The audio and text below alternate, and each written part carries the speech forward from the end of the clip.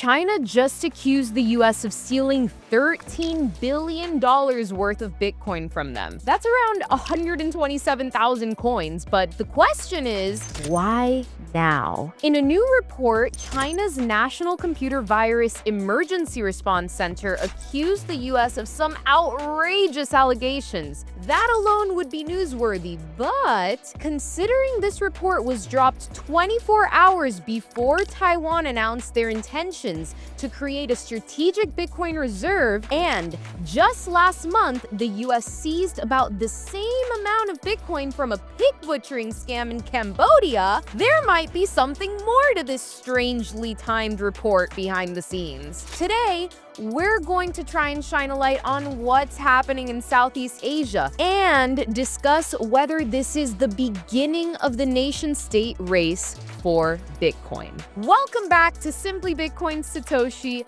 I'm Sophie, and today's story is absolutely wild. Let's talk about it.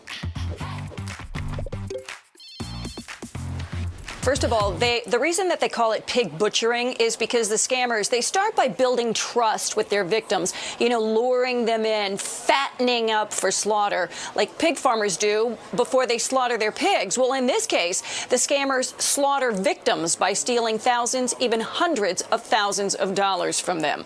Now, this is a $15 billion cryptocurrency fraud scheme. The U.S. Attorney's Office and the FBI say it was operated out of a call center, what you're looking at right there, in Cambodia. And the suspect is 37 years old. His name is Chen Zi. Take a look. This is his picture right here. I skipped over some of the graphic details, but I should add that the people actually doing the scams, calling, and socially engineering victims around the world were also victims themselves, often physically tortured if they didn't comply with their boss, Chen Zi, who was the founder and chairman of Prince Holding Group. Now, let's rewind to the most unforgettable year of our lives, 2020.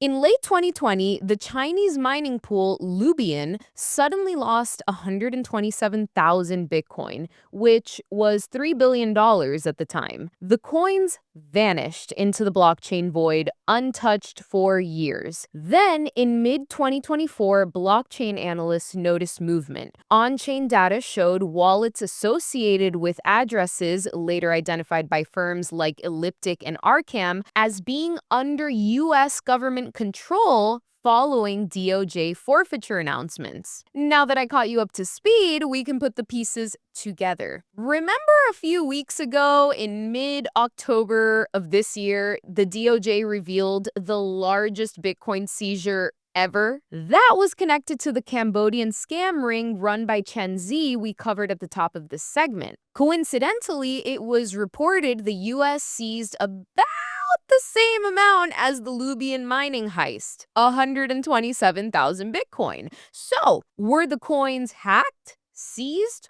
or hijacked? It depends who you ask. But what's clear is this: 127,000 Bitcoin went missing in China and reappeared in US custody. And at the root of this problem is Trump's trade war with China. For me, it's just too many coincidences. Coincidence? I think not! It seems that gradually, then suddenly, Bitcoin became the perfect geopolitical pawn in this tense standoff.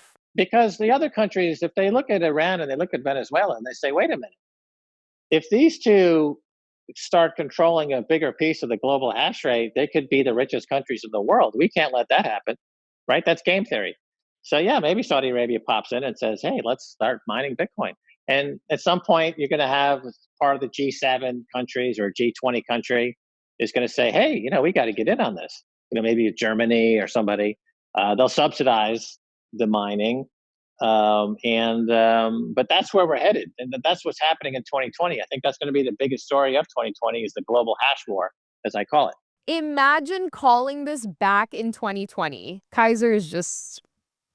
he's the GOAT. The question of who hacked who is frankly irrelevant at this point. It's about who controls the custody of that Bitcoin. By accusing the US of stealing state-linked assets, China is effectively saying that stash is a part of its national wealth. That pushes Bitcoin out of the finance department and straight into foreign policy. For the US, it's a criminal asset forfeiture. For China, it's a violation of sovereignty, or at least that's how they're framing it. Earlier this week, the People's Bank of China also announced that they would be turning on their money printers to keep, quote, liquidity ample. And just yesterday, Taiwan announced that they would study Bitcoin as a strategic reserve. It's becoming clear to me that China might be trying to compete with the US in the race to accumulate Bitcoin. We've seen nations fight over oil, gold, and rare earth minerals, but the difference between those and Bitcoin is that they exist in physical locations. This is the first time we're seeing a nationless commodity being used as political influence since the decentralization of information, aka the internet. I'd like to present to you the internet. Oh, please, no flash photography. You'll harm the internet. So it's only natural that Bitcoin follows as the first and only decentralized, absolutely scarce, immutable asset on Earth. Every country is not going to be adding Bitcoin to their reserve status to compete in the global hash war in the 21st century. That's World War Bitcoin. You have to have Bitcoin. It's a mad scramble to get more Bitcoin because the fiat money world is collapsing. So if you want to win World War Bitcoin, you need to start accumulating and hoarding and buying and stacking Bitcoin aggressively as soon as possible. It's true, America. We could have had so much more Bitcoin and at way cheaper prices, but it looks like it's going to take China going head to head with us to accelerate adoption here at home. Because when nation states start accusing each other of stealing Bitcoin, now they treat Bitcoin like a strategic asset akin to gold or oil. If China truly believes those coins belong to its citizens, it could push for international norms around sovereign claims to Bitcoin. If the US continues treating Bitcoin as seizable property tied to criminal activity, it sets a precedent for grabbing coins linked to foreign actors. I don't have nothing. Yeah, you got something. Why you tripping, Debo? Shut up, fuck, I'll knock your ass out. Oh man, that's messed up. What you getting back his chain? What chain? Yeah, what chain? Either way, a neutral, borderless network has become the battleground for global power, a milestone for Bitcoin's thesis. You can't print it, you can't sanction the protocol, you can only earn it or mine it. And speaking of power and sovereignty, the most powerful move you can make is taking control of your own energy, one mined sat at a time. Would you mine Bitcoin if it were as easy as buying it? Then you should check out Sazmining. It's not hosted mining, it's mining as a service that actually puts Bitcoiners first. You can own a state-of-the-art mining rig, plug into affordable, carbon-free energy, and stack Bitcoin just like Satoshi. No middlemen, no markups, and no worries. Saz doesn't tack on extra fees when you don't sign up, and unlike other companies, there are no rig upcharges or inflated power rates. Their entire business model is based on a clean and simple revenue share. They only earn Bitcoin if you do too. A total alignment of incentives and 100% Bitcoiner values. While some claim simplicity, Sazmining actually proves it. Let's just say if you need a compass to find your miners, you're not in the right place. This is how Bitcoin mining should have always been done. Visit sazmining.com or scan the QR code to learn more and start hashing. So, what does this mean for you, the viewer? 3 things. First, self-custody is really not optional. I know I sound like a broken record, but if states are fighting over Bitcoin, you cannot afford to leave yours on exchanges. Remember that guy who got his chain stolen in the last segment? Yeah, well, that could be you. Second, understand the shift. Bitcoin is graduating from tech story to power story. Expect more volatility, more mainstream spin, and more legal fog, or as we like to call it, FUD. And third, see the opportunity. Every time a government fights over Bitcoin, it legitimizes it. But it is a legitimate financial instrument that allows you to have maybe uncorrelated, non-correlated type of returns. I believe it is an instrument that you invest in when you're more frightened, though. It is an instrument when you believe that countries are debasing their currency, debasing their currency by excess deficits, and some countries are.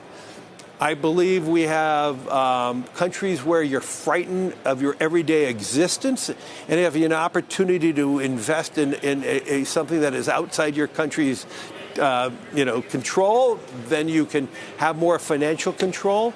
And so I'm a major believer that there is a role for Bitcoin in portfolios. I remember talking to some friends about what owning Bitcoin in the future might entail. And one of them said, one day it'll buy you an army. And I honestly thought he was exaggerating. And he accused me of not being bullish enough. And frankly, now that I look back on it, I wasn't. Because when I see stories like this, I kind of start to realize what he meant when we had that conversation. If two of the most powerful countries in the world are going tit for tat over Bitcoin, like this, then your cold storage wallet might now hold an asset wanted by the most powerful people on Earth. And that honestly makes me extremely bullish, no matter what the price is. It's not about just hedging inflation, bro, right? This is a great awakening.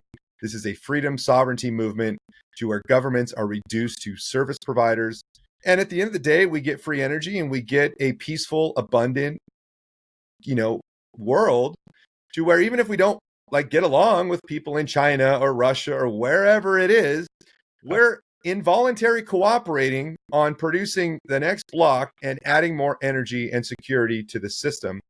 And if you think about that, you think about all the energy and cost and time it goes into trying to blow each other up. Well, guess what? We can now put time and energy into our own economies and to also add security to the Bitcoin network. And it's actually within your best interest for your neighbor, even though you don't like them. It's in your best interest for their economy to do well. Because guess what? If their economy does well and they're out of productivity, your Bitcoin number goes up. You doing nothing in your home country literally provides additional value to that Bitcoin. And while governments argue over who owns what Bitcoin, you should own yours outright and still be able to use it. If you're stacking sats, you need Bitcoin-backed services you can trust. That's why we roll with Ledn, the global leader in Bitcoin-backed lending. Ledn has issued over $9 billion in loans since 2018 and a perfect record of protecting client assets. Why is a Ledn loan different? Collateral is not lent out to generate interest. No credit checks, funds in 24 hours, no monthly payments, repay whenever you want, 0 penalties. And their proof of reserves, verified every 6 months, keeps them transparent. Ledn lets you unlock liquidity without selling. Sign up through Simply Bitcoin for 25 basis points off your first loan. Scan the QR code or click the link in the show notes below to get your discount today. Now, let's wrap up the show. Give me an example of something you can own $100 million of where you can take personal custody of it and where you can actually move it anywhere on Earth, and where even if I hold a gun to your head, I can't take it from you. And the only thing we've ever figured out that you can do that with is Bitcoin. And so Bitcoin is like, it keeps everybody honest. The optionality to do this means that all you got to do is find one bank in Singapore that'll treat you better than the bank in New York or London or Tokyo, and then you can move it in a half an hour for $5. And what happens next? The bank in New York thinks, well, I guess we can't screw these guys over because they'll just move it to Singapore. And the guys in California say, well, I can't just tax all the Bitcoin in California. It'll move to Wyoming. It'll move to Singapore. It'll move to Malta. And at the end of the day, you can tell everybody to go fuck themselves. You can put it in your head, memorize the freaking key, right? And it's here. And then, the classic Bitcoiner response is, oh, yeah, my Bitcoin, I lost it in a boating accident. You ever heard that phrase?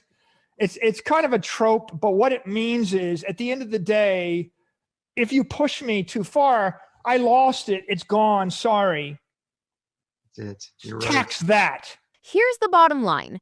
Nation-states are capitulating to the reality that money is no longer in their absolute control, and it's glorious. Bitcoin puts power back in the hands of the people, and ultimately that terrifies governments around the world because it means that they have to actually do something for the will of the people, or those people will take their wealth to a country that treats them better. See El Salvador as an example. Beneath the headlines is a bigger truth. Bitcoin is officially recognized as a geopolitical pawn. The world's superpowers aren't ignoring it. They're fighting over it. So it might be something you want to consider having in your custody as well. Anyway, that's our show for today. Drop your take in the comments. Is this the first ever Bitcoin Cold War? I don't know. If you like the show, smash the like button, hit the subscribe, and turn on the notification bell. I'm Sophie, and this was Simply Bitcoin's Satoshi. Stack, slay, and stay bullish, baby.